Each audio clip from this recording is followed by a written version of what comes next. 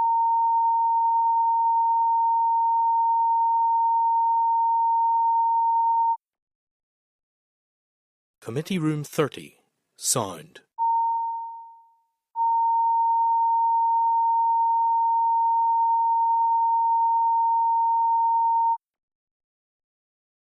Committee Room 30, sound.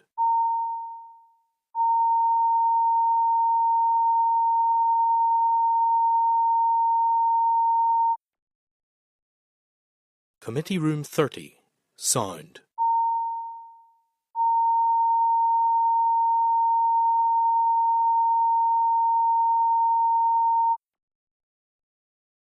Committee Room 30, sound.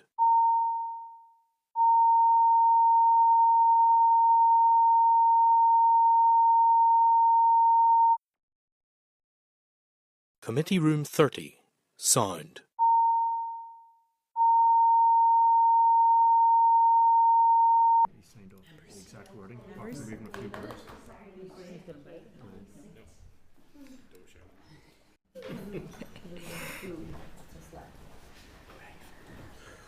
Okay, thank you very much for just allowing for a short break for the committee.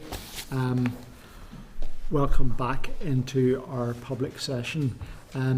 We are going now to move to the draft refugee strategy and delivery framework, and we're going to receive a departmental oral briefing. Can I refer members to page 133 of your meeting pack and the clerk's brief, page 146 to the draft strategy, and page 160 of the pack for the associated delivery framework. And then can I invite the following people to come forward: Orla McStravick, Assistant Secretary, Refugee and Asylum Support and Integration; Jonathan McNaught, Refugee and Asylum Operations; and Julie Cumming, Refugee and Asylum Policy. Members, again, are we agreed that Hansard should record this session? Thank you very much indeed. Can I also remind members just to be brief or succinct with regards to your questions, and that will allow our witnesses to give you fulsome answers to your questions. So again, you're very welcome, and thank you for joining us this afternoon. Can I now perhaps give you the opportunity to take the floor? I don't know who's going to go first, but introduce yourself and proceed. Thank you very much. Certainly. So I am Orla McStravick from the Executive Office. So I'll just give a few short opening remarks, and I'll introduce both Julie and Johnny. So just first of all, I'd like to thank the committee for the opportunity to come in and brief members today on the draft refugee integration strategy and the associated delivery framework. So with me today is Julie Cumming, who's head of our policy branch, and Johnny McNaught, who heads up our operations branch within the Executive Office. So members will have received the draft strategy and the framework last week. So I plan to keep most of our time today for comments, discussion and questions, and to make the best use of that time, I'll try and keep this opening statement reasonably short. It may, however, be helpful just in setting the context to highlight that the draft strategy seeks to set the overall high-level visions and outcomes that we collectively seek to achieve, and indeed these were welcomed during the public consultation process. Along with analysis of the public consultation, the strategy has been informed through research on the experiences of refugees living here, and we've also sought to learn from the Refugee and Asylum Forum's Priority for Actions paper and from the stakeholders who are working in this area. So whilst the strategy sets the high-level context, vision and outcomes, we have been collaborating with colleagues in departments and other stakeholders to develop the draft delivery framework which sits alongside.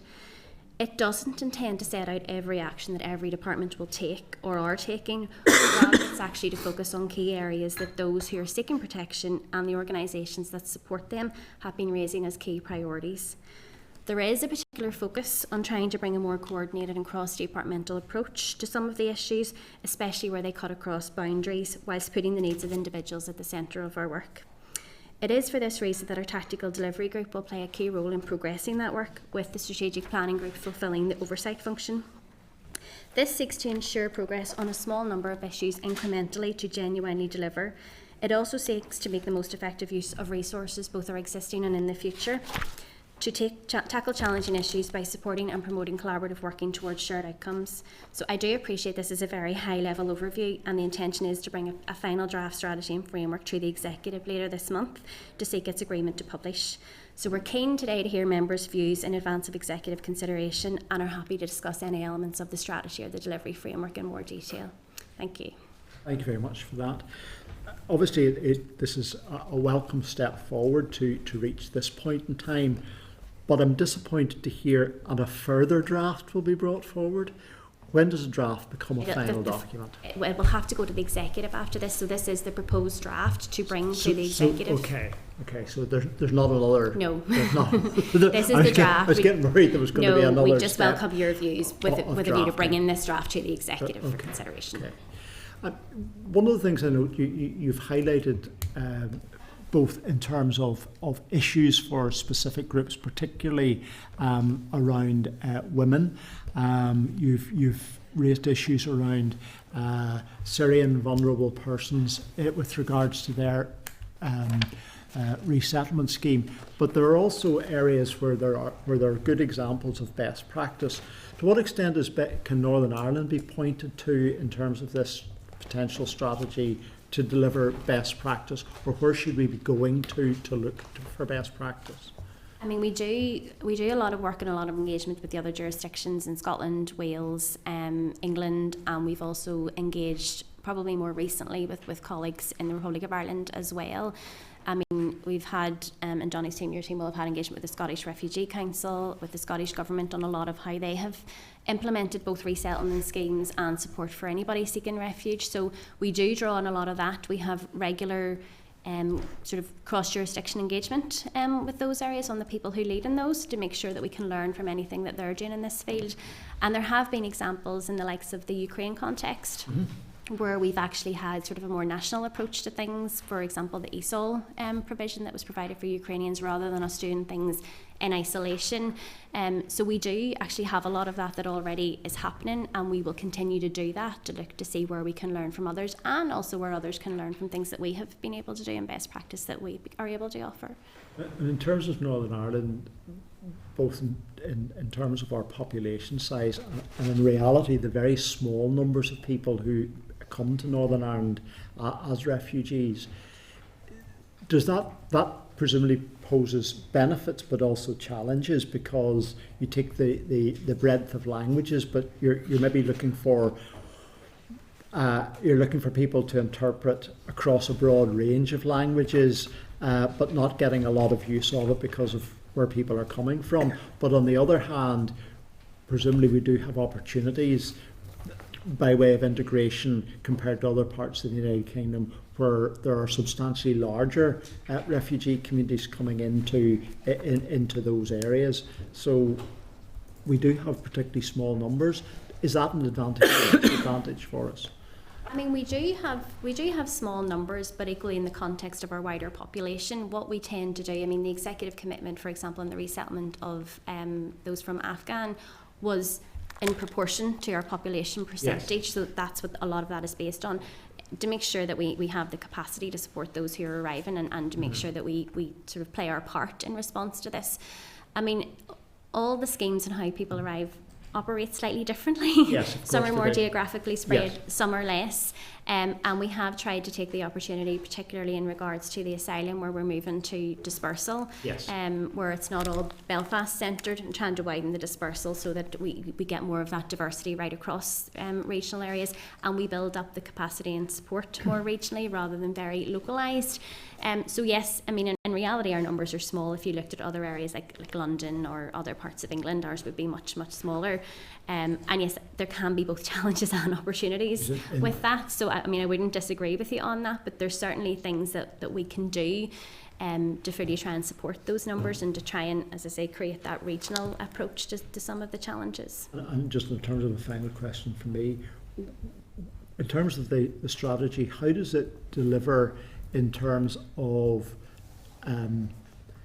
preparing communities, settled communities in Northern Ireland for new people coming in? How is that piece of work done? I mean, that's one of the reasons we're very sort of, we want the strategy to, it's two-way integration. It's not about bringing people here to integrate solely to our society. There are things within the delivery framework about communication, education type piece, and that's around working, not just supporting and helping people who arrive here, but also working with our existing communities to try and facilitate that two-way integration. And there are a range of things that have already been done and that we plan to do in that space going forward as well, particularly in light of the recent unrest that we've seen there last summer. So it is definitely something that within the delivery framework we're seeking to do, to work very much with our communities that are here to help facilitate that two-way integration process. I recently visited Balmoral Primary School with the Secretary General of the Commonwealth, and we were both incredibly impressed, both with the range of families and students and backgrounds in that primary school, but also with the range of abilities of children in the school, ranging from those that were finding difficulty in integrating to those who were coming, for example, as children of parents of people working and teaching in Queen's University. So it's such a broad diversity of people coming in. But I think what impressed both myself and the Secretary General of the Commonwealth was that how well a primary school was working to integrate those children into the community. So it was excellent work. So thank you. Paula. Thank you, Deputy Chair, and thank you to the panel for your introductory remarks. So just to pick up on one of the phrases you used there, Orlin, that was in terms of research, and I'm not sure how much research you have commissioned personally and what there is of this, but there is a school of thought that some Europeans are more receptive to refugees and asylum seekers who are of the same ethnicity and maybe the same religious background. So I'm just wondering to what degree you have looked into that, because if you're going to deliver what you call a comprehensive anti-racism set of initiatives aimed at promoting understanding, inclusion and respect, I think that you're going to have to be very, very hard-hitting and very to the point in that. So I'm just wondering what degrees have actually looked into that, because there's no point doing nice wee events that people self-select to go to. I mean, in terms of the research point, I mean, there was older research done by Queen's. We had commissioned the Red Cross as part of the development of this strategy to do specific research with asylum seekers and refugees to get a sense of the barriers and the challenges and the issues that they were facing. We also have the questions in the Young Life and Times, the NI Life and Times as well, to get a sense of how receptive people are to refugees and asylum seekers and people who are arriving here. We have also commissioned and it's actually at completion stage updated research through the Red Cross as well. It's one of the things that we're keen in terms of the delivery of this strategy, because we recognise data in this space is quite difficult and you don't always have a lot of the quantitative data, and we will have to supplement quite a lot of that with research and a look at attitudes and behaviours and the things that drive this. So that is something that we plan to do throughout the delivery of this strategy, and certainly that is an angle that we can look at as part of that. Yeah. Okay, no, I appreciate that. I've been to these myth-busting training sessions, and it's people who have self-selected to go there. It's really how do we get through to the people who need to hear the messaging. In terms of the resource hub that you mentioned, and Stuart there mentioned the likes of Botanic Primary School and other inner city, inner South Belfast sort of institutions. Have you identified who the key partners will be in terms of this resource hub, and a wider picture? What sort of budget are you anticipating will be set for the implementation of the actions against this? Thank you. I mean, in terms of, there is like a hub of information on the likes of NI Director on the TEO website for people who are newly arrived here and need to have basic information. We have also commissioned a piece of work around orientation for people arriving here, to help explain to them key laws, key things that they need to know on arrival here. We have been supporting local councils through funding as well to start to try and develop things at a local level. That's one of the things we're keen to build on, to see if we can have some sort of, I mean, it won't be exactly the same in every council area, but some sort of a minimum quality sort of support hub for people who might need to get information if they come into a different area. So that is all in the process of being looked at. In terms of the budget, I mean, we draw down money from the Home Office and MHCLG for all of our resettlement schemes and on the asylum space as well. Over the last 2 years, I would say there's been just over 10 million in 1 year and just over 11 million maybe the year before. Now the numbers fluctuate because they're dependent on arrivals, but it is a substantive amount of money that we can draw in from the UK government to actually facilitate. And one of the key things that we're looking at is how we work better with other departments to maximise the use of that money. And we've been doing quite a lot. We had a recent workshop with departments to say, well, under the draft strategy and the delivery framework, where are our priorities? What are the things that we could do in that space that will have the most impact and actually benefit the most benefit to the people that we are trying to support? So how could we sort of flip how we approach the use of the money to try and make sure it's targeted at those interventions that will achieve the most, essentially, and align to the outcomes that we're trying to achieve in the draft strategy. So, you know, we're looking at that at the minute in context of, for next year, where are our priorities going to be, and the tactical delivery group will have a key role to play in that, in terms of taking a number of the actions that are in the delivery framework and what are we going to do in that space, how are we going to deliver it, and how will we use the money that we get in to be able to do that in a more collective way, rather than here's a wee bit of money for you and here's a wee bit of money for you, because we don't think we're getting the best value out of that and we can probably do better in that space. No, thank you. I've just reminded there what it was like trying to sit on these SIM calls when your cat's trying to get on your knee. So emotion there. No, I suppose there's another way of looking at it, and that's sort of that peer-to-peer support. You know, there are a lot of really, really good, very low resourced community organisations, and especially in South Belfast, where, you know, people may be able to look at a website, but I think just people with lived experience who've navigated the system are probably best placed to actually advise. So as I'm taking it, it's really that balance in terms of a finite resource, but also then really trying to see how you take this forward. Is that what you're saying? I think that's where we'd like to, obviously with asylum dispersal and with Ukrainians, they're geographically based anywhere. It's about building that capacity within local communities, and a lot of the time, and some of the funding that we've given to councils already to date has been for voluntary and community sector organisations to provide some of that support locally, because they're best placed. They're working closely with you know, asylum seekers, refugees, those who've been through different journeys in terms of their integration.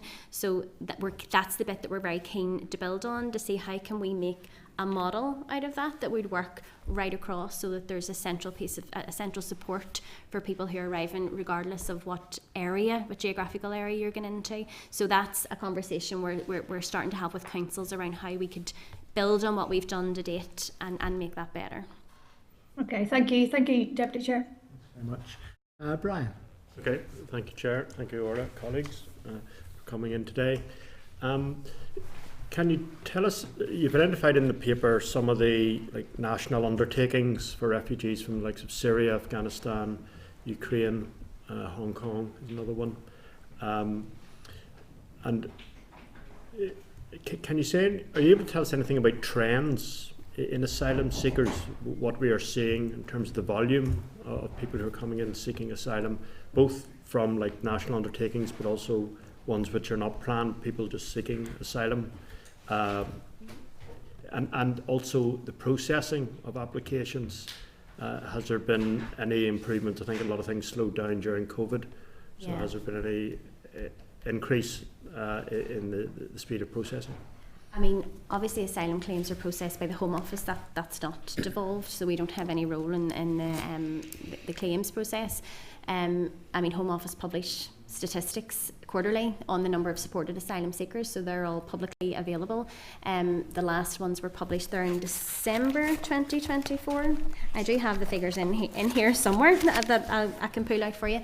And in terms of the asylum claims, there was a backlog which has been well publicised, and the Home Office have tried to stream that process and expedite asylum claims. So we have seen a significant increase in the number of people who are having their asylum decisions effectively, and then going into what we would sort of refer to as the move-on process, where the majority of them to date have been granted refugee status, where they're then able to stay here as refugees. But yeah, so we are, in terms of trends, we are seeing an increase in that, and that was an increase that we knew was coming as a result of the Home Office policy on streamlining the asylum decision-making process. Increase in speed? Yeah. It was effectively to clear the backlog that had built up.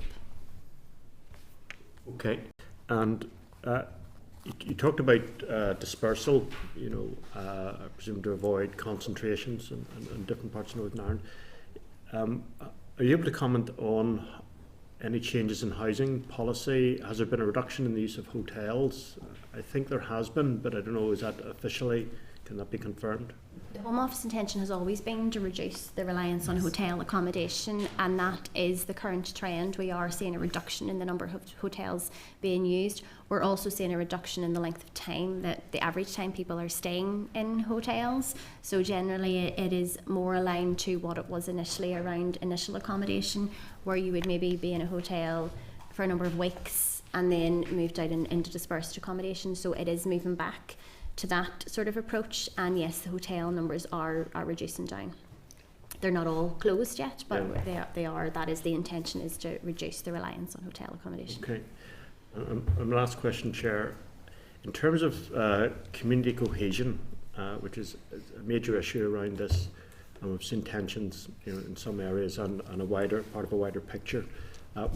What resources put into areas where those tensions have existed, and also what resources put into, I think you touched on it earlier, for those that are arriving here and seeking asylum, in terms of their familiarisation and understanding of society in Northern Ireland, and that they're not just waiting about, what are they able to do? They're not able to work.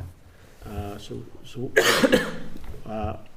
are they supported to be productive, in their day and play a role in society? Yeah, I mean, when it was back in contingency accommodation, there was a lot of actual services would have went into the hotels. So you would have had ESOL classes and things actually happen in some of the contingency accommodation arrangements, and volunteer community sector groups were coming in and offering different things as well. We have, as there's working with other departments, even looked at in terms of service delivery more widely. So one of the things that we've done for people, there was a lot of issues around access to health services, and access to different services and how they navigate this. It's different when you come in under a resettlement scheme. There might be key workers and things aligned to it, but asylum was very different. So we actually did look at the models that have been in place for that, and we were able to utilise the money that we got in last year to put in place like a family support model type thing, an early intervention type approach, which was basically taking sort of qualified professionals that we'd work together to help people in the asylum system navigate processes, get access to services where they needed them, and just be supported in the way that other arrivals would be who are coming through a formal scheme.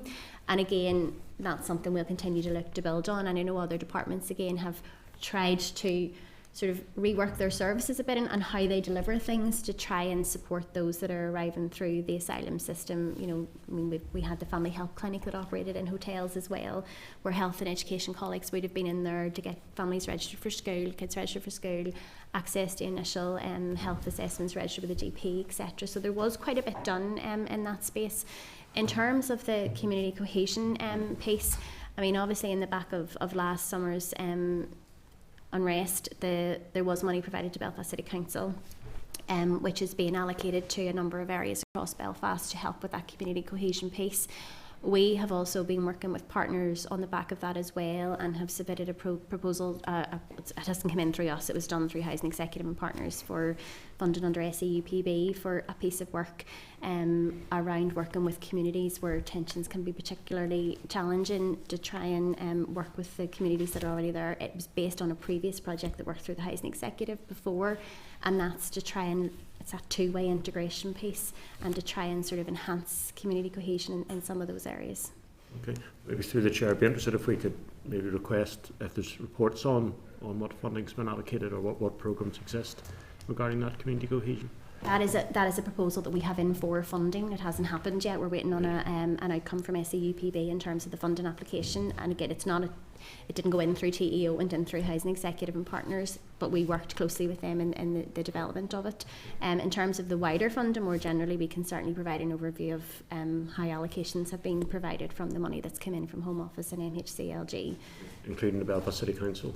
It went in directly to Belfast City Council from Home Office, but I know Belfast City Council, I'm not sure if they have published yet, and they may have actually recently around what they're going to be doing, because it did go to their committee a couple of weeks ago, I think. So there is a programme of work that Belfast City Council are taking forward. Again, it didn't come via TEO, but we would link in with Belfast City Council officials in terms of how that's being used to make sure that then we're aligning and not duplicating anything in that space, and that it complements the work that we're doing. Okay. Thank you, Chair. Anya? Thank you, Chair, and thanks for that comprehensive briefing, Orla. In relation to the strategic planning group, what's the makeup? There is it cross-departmental or? It's cross-departmental, so it's chaired by TEO. It has other departments on it. It also has other statutory bodies on it, like Education Authority, PSNI, Home Office also sit on that. As do a representative from Solace, so the councils are represented. So it's quite a wide group to make, and it's basically our strategic and governance oversight body. So a lot of the key decisions would go to SPG, but I have to be honest, it really has helped us get that cross-departmental work, and compared to where we were a couple of years ago, I would say the SPG has been a key driver in getting us to where we are today with that engagement and cooperation that we're getting across departments. And how often does it meet? Quarterly. Yeah, it meets quarterly, and then the tactical delivery group sits underneath it, which is more the operational arm. So it will task the tactical delivery group if a specific issue is raised, it has come up, or there's a policy implication or something has happened. It will then look to the TDG to go away and look at, well, how could we address that? What could we do in this space? So we've been able, through the TDG, to, again, the family support model was one where we went away and looked at, in the asylum context, how could we provide the same sort of support that key workers are providing in the other one? And that then went to SPG, and SPG agreed that and allocated the funding from the money that we get in from Home Office for that. So it has worked quite well, and we're keen to sort of maintain that and build on that. And I know you named a few stakeholders there. I'm assuming Housing Executive is included under that branch as well. No, look, thank you for that. In relation to some of the outcomes that have been mentioned in, I think it's in the draft. Yeah, it is. Outcome 1, key action 1, which is around the establishment of local coordination and engagement mechanisms. How, I suppose, at a practical level, would these mechanisms manifest? Would you be relying on existing organisations that are there? Would there be brand new groupings set up? What way would they play out in reality? So we will have the SPG and the TDG. We also have set up, I know the strategy is only coming formally now, but we have been working at this strategy now over the last year or two, and we have been keen to try and do things aligned to the strategy as we went along, so that we're not standing still whilst we get a final strategy agreed. So that was how the TDG came about. We also set up a voluntary and community sector forum and a council engagement group as well as part of these structures. Now our intention going forward is we're very mindful of there's going to be a new approach to racial equality being developed as well. There's a lot in the wider minority ethnic community, so we're actually looking at how we streamline some of that work within the department and some of the structures that go alongside it, because we don't want to duplicate things that are there. But there is also other forums that would have existed. I'm thinking the likes of the RDG, which was the Regional Delivery Group, which was previously a Home Office-led group, that we're keen to look at how we could sort of bring some of those along, but actually not duplicate and make them meaningful. So this is probably one where we have actually already made some progress in, but there are still things that we feel we could do in this space to try and streamline some of those structures and to make sure that we're getting the lived experience input in there as well. Thank you, Orla. Thank you, Chair. Thank you very much, Chair. Couple hopefully quick queries from myself regarding the briefing paper. Page 3, work to date has included, by way of example, providing support for Ukrainian arrivals through Ukraine assistance centres, administration of thank you payments and online information and support. I suppose what sticks out to me there is What are thank you payments? Is that Westminster funded? And how much is a thank you payment? It's part of the scheme that was established under Homes for Ukraine. So when Homes for Ukraine was established by the UK government for people who were hosting Ukrainians to stay with them or providing a house for them in, Home Office provide a thank you payment. So it was £350 a month, or it went up to 500 after 2 years, and then it would go back down to 350. So that's part of the scheme that was established by Home Office. But for people who are hosting from here, we have to then provide that thank you payment to them because it's part of the overall scheme. That's funded by Westminster? It's funded, yeah. Page 4 then, when we move on down to the draft, it says we have welcomed over 1,800 Syrians under the Vulnerable Persons Resettlement Scheme, and more recently over 310 arrivals from Afghanistan. The regime of Assad in Syria has obviously fallen. Just give us some feedback. Is there people who've settled here then looking to get back home, or once they settle in the UK, is that them setting up a home and this is their new place of residence? In terms of anybody who've arrived? Well, that's an example. It depends on the actual scheme they're under and what the scheme offers. So, for example, Homes for Ukraine is not a route to settlement. So when the Home Office set up that scheme, they were very clear that this is to allow people to come here whilst it isn't safe for them to be in Ukraine, with the intention that they would return to Ukraine at a point in time. So the Home Office policy on that is that it's not a route to settlement and they won't be able to stay here. Again, the likes of the Syrian scheme, it was a 5-year scheme, and then they can apply for indefinite leave to remain, stroke then on to citizenship. So it actually just depends on the scheme and how Home Office actually established the scheme as to what the entitlements are for those who are arriving. Like the Syrian scheme, out of the 1,800 people, has there been many? Well, once they're here and once they've been here for 5 years and they're supported, if they leave or if they choose to go elsewhere, we wouldn't hold a record of that. They're just like anybody else in the population. They can, it depending on their visa status and their conditions of what they're staying here for. So, they could move to England, they could move to Scotland, they could move to Wales, but we wouldn't hold a record of that. Page 6, you deal with the fact that the Rwanda bill was struck down because of Article 2 of the Windsor Framework. Has the TEO given any consideration or examined what would happen if there is a divergence between migration law in ANI and migration law in the UK, because we're subject to EU law? Is that something the TEO has considered or done any work on? Yeah, immigration policy is not a devolved matter. It's an accepted matter, so we don't have control over immigration policy. That is all Westminster led. So we have to go with whatever the Westminster legislation is applies here. Yeah, and through the Windsor Framework or Protocol, there's no danger of that ever changing? Well, I mean, there may be challenges. Organisations may bring judicial reviews or whatever forward, but it's not something TEO can control or can. I think it's fair to say that we would work closely with Westminster colleagues when new policies or legislation was being brought on that is in the accepted space, but it does impact on us locally here. So we can put forward any of our concerns, issues, and hopefully negotiate some kind of mitigation for our bespoke circumstances here. We would try and inform that development, but ultimately whatever comes out the other side is it effectively applies here. Page 12 deals with service provision.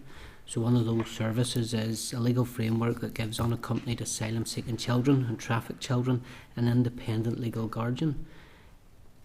How many people have arrived in the UK or Northern Ireland that way? As an unaccompanied asylum seeker? Yeah. I wouldn't have the figure to that because that health colleagues would deal with unaccompanied asylum seekers, so I don't know the figure off the top of my head. I don't think it's big huge, numbers. I think it's small, but I don't want to mislead you by giving you a wrong figure. Certainly one person arriving that way is too many. It's, in this day and age, it's scary to think that such a thing goes on. And then final question, Chair, if you may, and this is one I suppose I've grappled with for a long time when it comes to immigration. Why is there so many people coming here choosing to spend maybe hundreds of pounds, thousands of pounds to arrive here in small boats when they could come through an airport essentially and arrive the same way as if they were just coming here on a holiday and via a visa, because it probably would work out cheaper for them. We generally don't get small boat arrivals, so small boat arrivals would arrive into England. They wouldn't actually generally come here through that method. And again, we're not a dispersal area, so if somebody arrived in a small boat in England, we're not formally a dispersal area at a UK level, so that's not like they would then be moved here and supported here. We only sort of, the asylum seekers that are here are those that have arrived here directly, but it generally isn't on small boats. What does that through airports mainly? So obviously England has a problem with people coming on boats. Are you saying people that will come here would arrive through your airports mainly? They could arrive in I mean, there's a range of ways people could arrive. I mean, it could be in a lorry, you know, it could be through some sort of smuggling, it could be through trafficking, it could be that they're coming into an airport and seeking asylum at the airport, it could be that they're coming in via the south. There's a range of ways that people could arrive here. It just logistically doesn't tend to be small boats, because there's not it's not an easy route. And you can't claim asylum from outside. If you want to claim asylum in the UK, you have to come into the UK to claim it. So, you know, it's not like they can apply from elsewhere. They have to come here to claim the asylum. But most of our arrivals would be spontaneous. There's a lot more people would come by that route than would come through the resettlement routes. Somebody arriving in a boat or somebody arriving in the back of a lorry, that's the same sort of criminal gang, that they're coming through that. That's the way they choose to come. It just strikes me as odd that potentially somebody could come via an aeroplane with all their documents and claim the same way, and it would probably end up cheaper for them than coming through that illegal route. Comment on how people choose to arrive. I suppose our role is, when people are here, how do we support that integration? So as I said, immigration policy isn't devolved, so we don't have any control or role in regards to routes of arrival or anything like that. That is all part of the wider immigration policy. So our role is very much in the space of, if somebody is here under a resettlement scheme, a visa scheme, seeking refuge for whatever reason, whether that's asylum, how do we sort of support that integration? How do we do that? So I couldn't answer your question around why people would choose to come on a small boat rather than come through an airport, sort of or in whatever route. I mean, I dare say it's not a decision somebody would take lightly, but you know, that isn't an area that we are directly involved in terms of the routes of arrival. Thanks, Chair. Yeah, I don't think that either airlines or airports are places that people get smuggled through in reality by comparison. That's the point I'm making, that they don't. You know, there's a number of people come here, can choose to come here, have their documents and present in Northern Ireland and claim asylum, but there's a lot of people pay, you know, hundreds and thousands of pounds through criminal gangs to get here. If you have your documents, then and they are legal documents, you have a legal right to be here because you'll have received a visa, and that's a very long and expensive process through the UK government done in the country where you're coming from. I doubt there are very many illegal migrants who come by airlines in the United Kingdom, unless they're travelling on false papers, which I think is also a fairly rare occurrence, particularly with airlines and customs and border force monitoring all of that.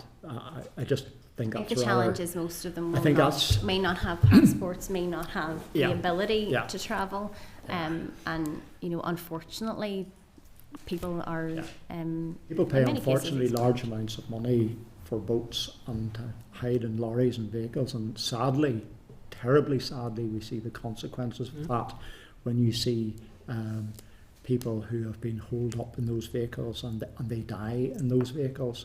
People spend lots of money to want to get here through appalling routes and through appalling people who are people trafficking.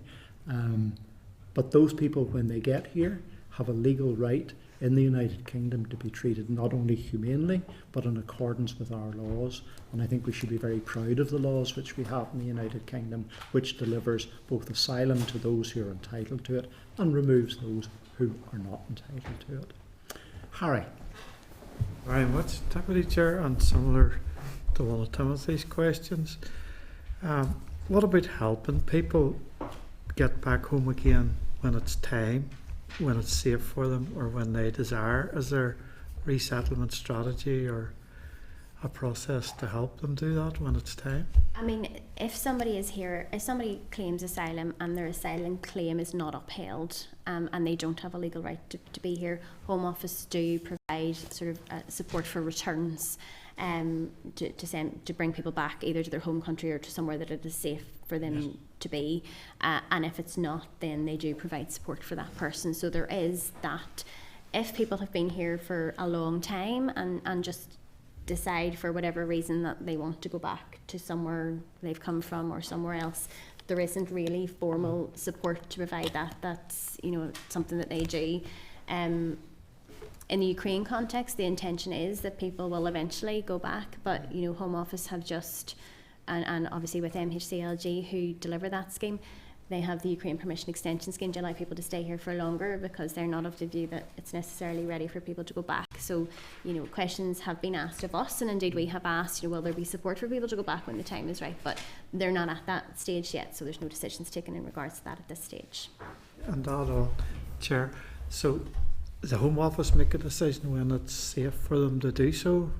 If it's a failed asylum seeker, i.e. they haven't had their asylum claim upheld and therefore they don't get the refugee status, the Home Office will offer returns, but they would have to, they do take into consideration whether it's safe, they feel it's safe for the person to go back to, whether it's a specific area of where they've came from or a specific part of a country, and if there is other reasons why that person can't return there, you know, they will look at that. They won't just send the person back to somewhere else, but they will look at, you know, is there another part of the country that they can go to, or they will continue to support them for a period of time until they can facilitate a return. Thank you.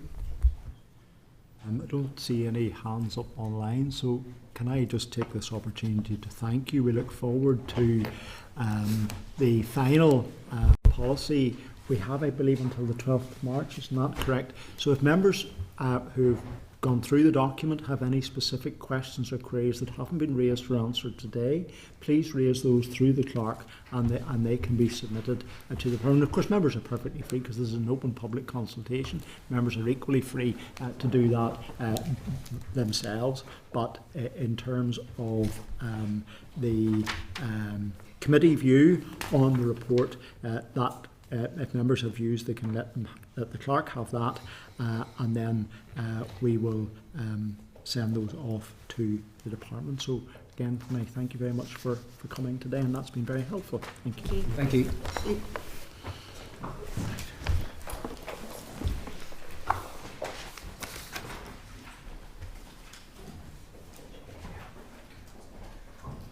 Sure.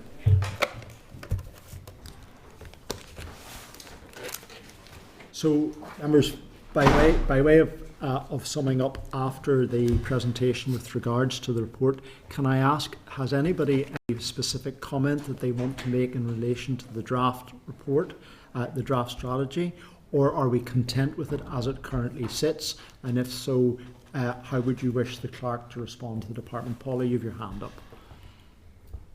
Thank you, Deputy Chair. No, I think the report, the strategy is fine. I had a look at a load of similar ones across Europe, and I think that we're heading in the right direction. But I suppose I'm still a little bit concerned that there's not enough specifics in terms of outputs and outcomes that we as a committee will be able to measure against. So I think that's probably my observation, and also the issue around how much funding is going to be allocated to it and whereabouts. So I think there's still a wee bit in terms of our own scrutiny role. There's some information that I think is missing. Thank you. I think just, and to follow on from that, I think I've one area that I feel that it's perhaps lacking in, and that again is the whole area of reporting. It says it's to provide an annual report, but I think just the content of that, and particularly bearing in mind some of the questions that members have been asking around the statistics, statistics are important, because if you don't have the facts, the statistical facts, then unfortunately people start to inflate figures and suggest that there are very large numbers of people in particular areas or things like that. So I think it's important that we have a quality annual report, but that report contains very clear and concise statistical information as well. Does that help you, Clive? Any other members, any specific comments on the report? Are we happy for the clerk to draft those views and send them to the department? Sorry, they'll come back next week. Come back next week off. for sign off. Okay. Just on that, what you raised, Chair, there's a couple of the figures that have been included that talked about over 1,800 Syrians and over 310 arrivals from Afghanistan. You were talking about overinflating, whereas in some of the documents they provided, they're underestimating how many people. Well, the accuracy is important. Yeah, so it just gives clarity around the language they use. Yep.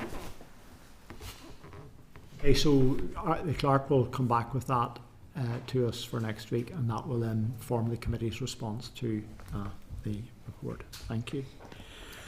Okay, we actually took our comfort break. Apologies, Chair. I'm still looking in the report. Apologies, I know. I'm just thinking about whether to raise this. I still do feel that the strategy is lacking in community cohesion. And I know there's a brief section there on. It's titled "Countering Racism and Anti-Migrant Rhetoric." But with the experience of last summer, change in society has created challenge for some people, and to me, we have a lot of experience in our own country. When we think of community cohesion, we think of our own issues.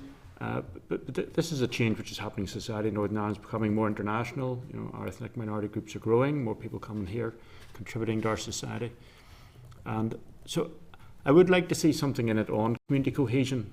Because I think it's important that we recognise it within our own context, and I think there should be. And I know they talk about Home Office funding. I'm not sure if I thought TAO did provide something. To support community cohesion in areas. Pass it on.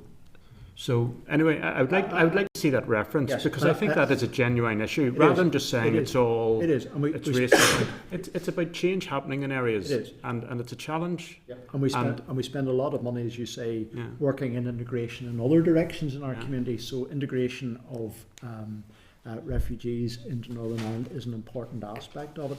I also feel that perhaps the tackling of hate language and racist activity is another area. But a lot of that comes through. I think there was reference to the Department of the Education Authority having a role in respect of schools and curriculum, and how that's targeted positively in schools like Balmoral Primary, who do amazing work with the school. But I think a lot of that needs to be replicated out. And I think you're absolutely right. Community cohesion is an important area that needs to be dealt with. And perhaps I think one other area. Sorry, we're just. I'd just like to see it being mentioned and recognised. Yeah, we're just throwing out suggestions here. Chair, just before you go off community cohesion, time after time, the response always is, right, we'll throw money at councils to deliver something. Yes. What was the right answer? Well, that's the point I was going to make. There has to be more of a high level thought process and installment of how we're going to deliver that, and not always a case of, well, there's 100,000, give it to the local council and let them do it. Yeah, it's almost. Well, quite often councils are the best vehicle, because they're the feet on the ground. They are the people who understand the community relations and the community tensions. So councils sometimes are best placed, but we need to know, are they the best vehicle to deliver that? Yeah. There are other vehicles out there in the voluntary and community sector that do that. I'm involved in an organisation called Welcome Churches, and we've been working with a lot of previously with people in hotels, but that was in the greater Belfast area. Now that area is reducing, but doing things like sport, providing bicycles for people to get about the community and all that sort of stuff, language, and helping families get integrated into communities. So there's a whole range of delivery models out there for that community cohesion. But simply saying the councils will pass you money, Stormont then shrugs its shoulders and say, well, it's not our responsibility. Yeah, I don't think can wash anymore. Yeah, I think also one area that's also missing from this is perhaps a more proactive social media policy or social media response from the department in respect of how they tackle if an incident or a series of incidents or a particular group is attacked or comes under pressure, that needs to be diffused, and a lot of that is actually best done nowadays, sadly, online, and getting direct and correct information out there, countering the racist narrative. Chair, I'm going to make another comment. Go on. Yeah, in terms of this being branded as a executive office policy, you know, I'm thinking about, you know, the role Department of Justice, you know, will have to play in this. You know, given that DPCSP funding and so on, which would be relevant to that. We're talking about community cohesion. Mm-hmm. So it's just to ask, you know, what is the role of other departments? You know, have they been asked? Yeah, it's that cross-cutting aspect again. Yeah. Housing executive as well, would yeah, yeah. You know, I don't see references to other departments. You know. I've now got a reasonable critique of the report, so thank you for that, everyone. Members, we did take a short break prior to this session, so what I want to do is suggest that we now move on. That then takes us to the next item, which is now actually in closed session. So we are now going to move into closed session. Committee Room 30, sound.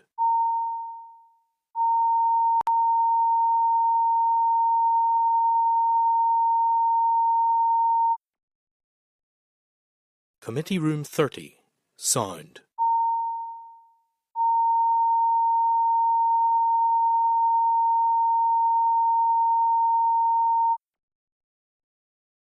Committee Room 30, sound.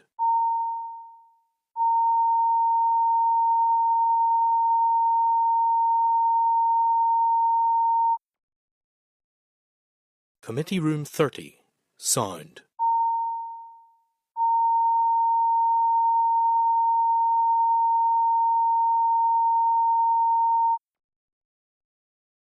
Committee Room 30, sound. Committee Room 30, sound.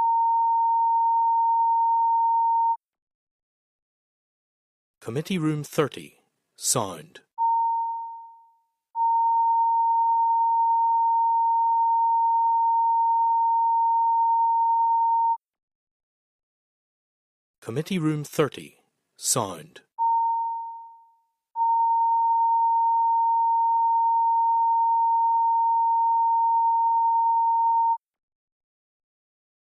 Committee Room 30, sound.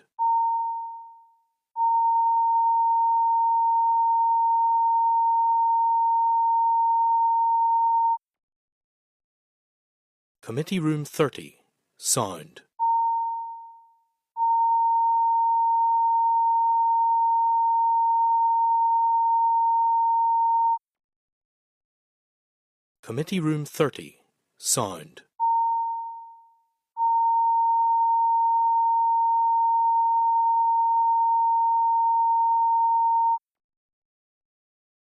Committee Room 30, sound. Committee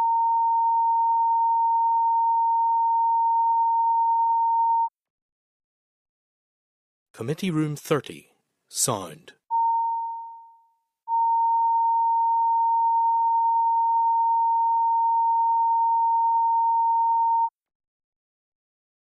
Committee Room 30, sound.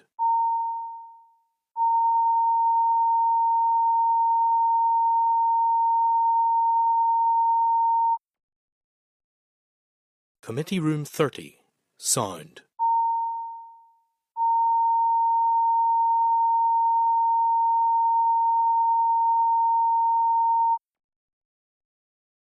Committee Room 30, sound.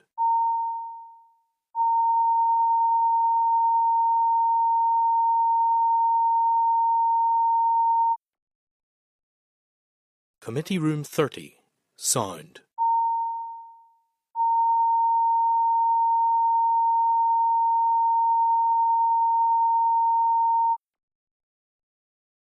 Committee Room 30, sound.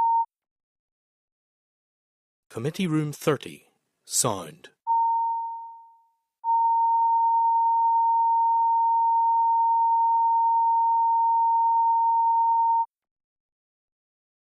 Committee Room 30, Sound.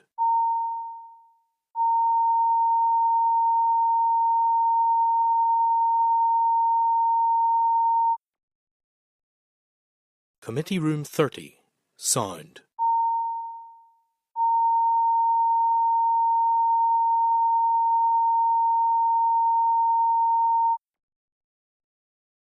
Committee Room 30, Sound.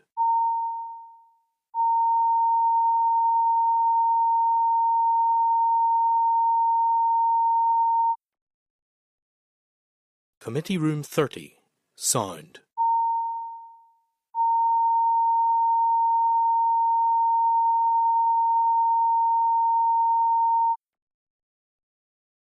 Committee Room 30.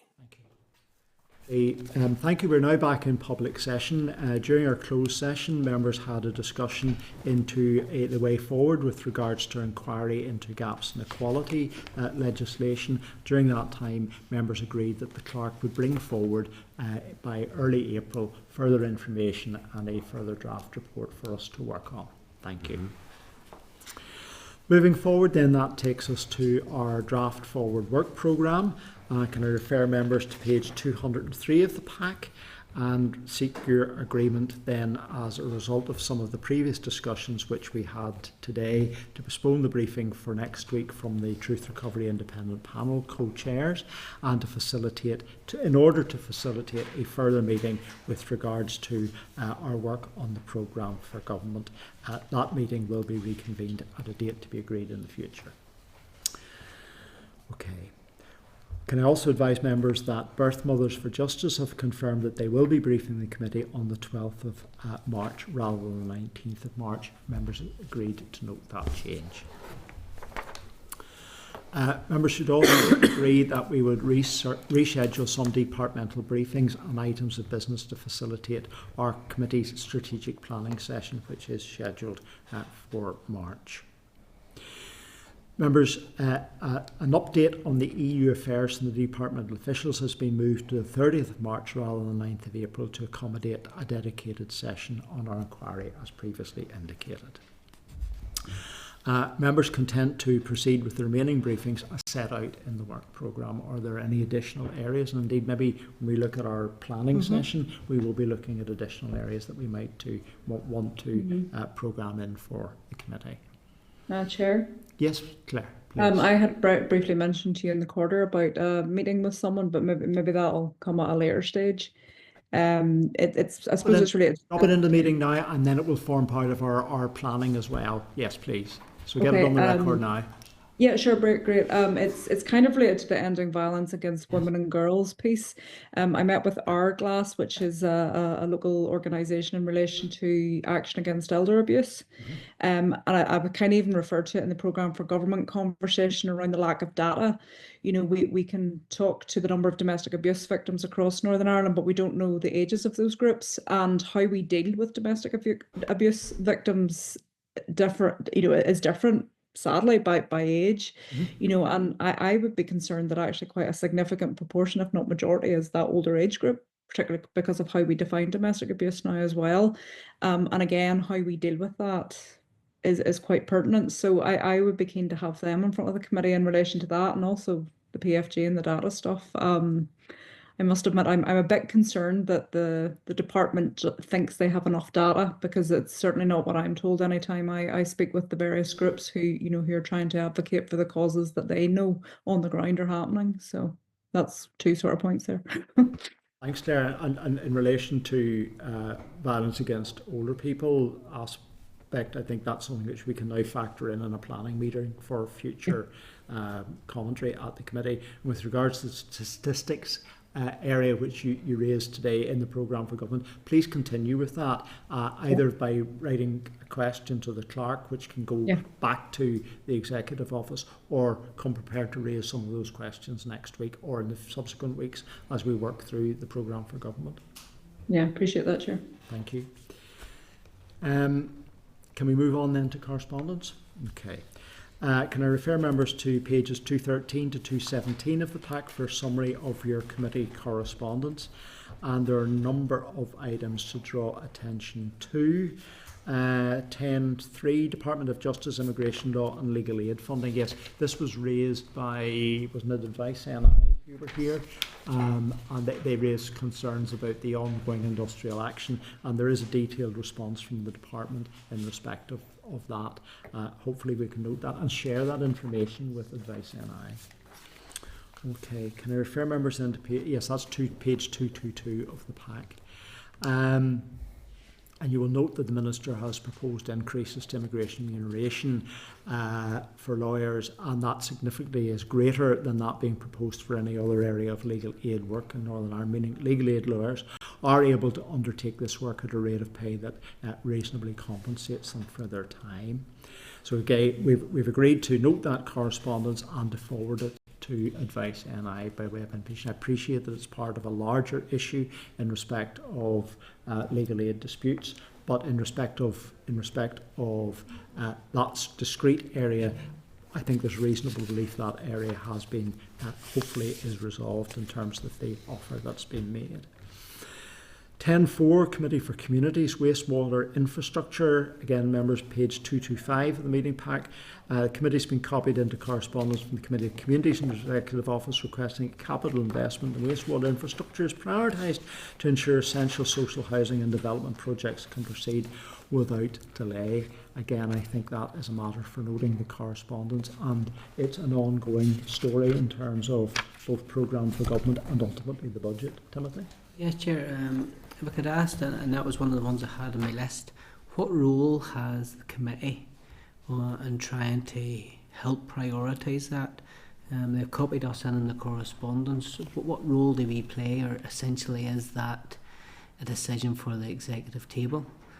Once the budget is finalised, is it up to the ministers, or does this committee have a role? It's something that will grind Northern Ireland to a halt if we don't get it right. And see the investment. I think in this side of the budget, there are lots of ministers and departments who are making pitches and putting pressure on. I think it's one of those ones that we will have to wait to see what the outcome of the budget is.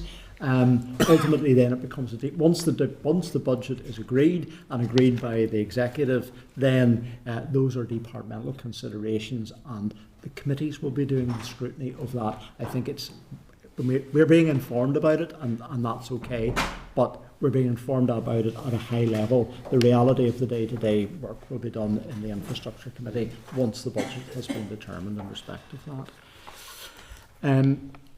There's a response from the Office of the Junior Minister to the Committee's request for departmental views on the current dispute over legal aid immigration. Sorry, apologies, we've dealt with that, and wastewater we have dealt with.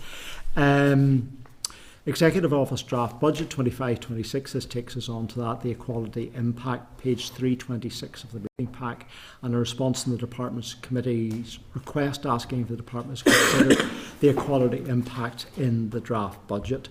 Again, the correspondence is for noting, and to consider this correspondence as part of the Committee's response to the Finance Committee on the Department's budget for 25-26. Page 329 of the meeting pack, Agriculture Bill.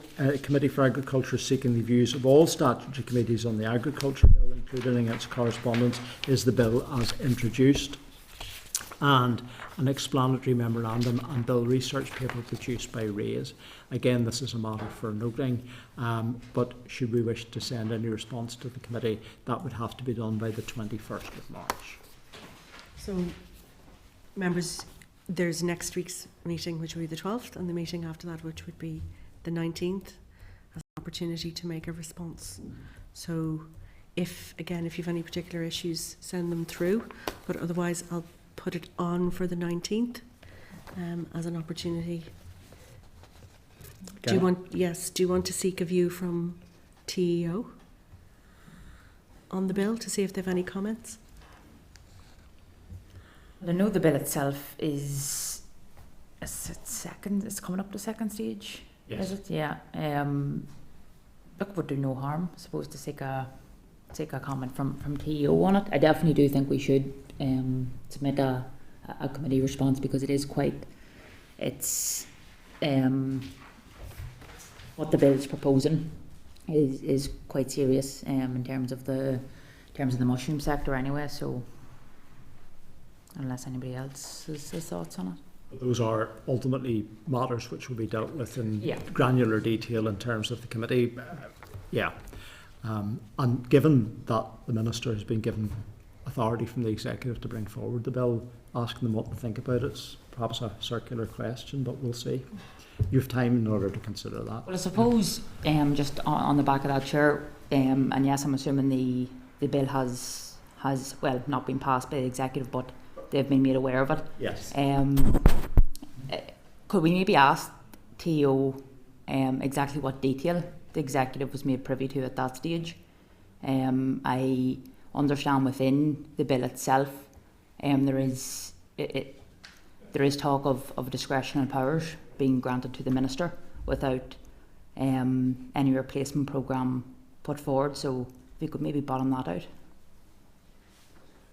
Yes, if you... I can... I was going to say, if you send a few lines to the committee office, we'll circulate it to everybody so they're aware.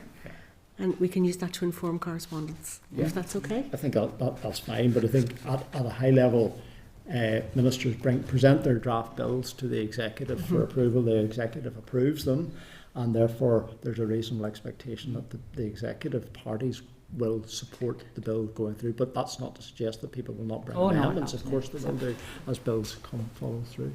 Brian, I think did you? Oh, no, okay.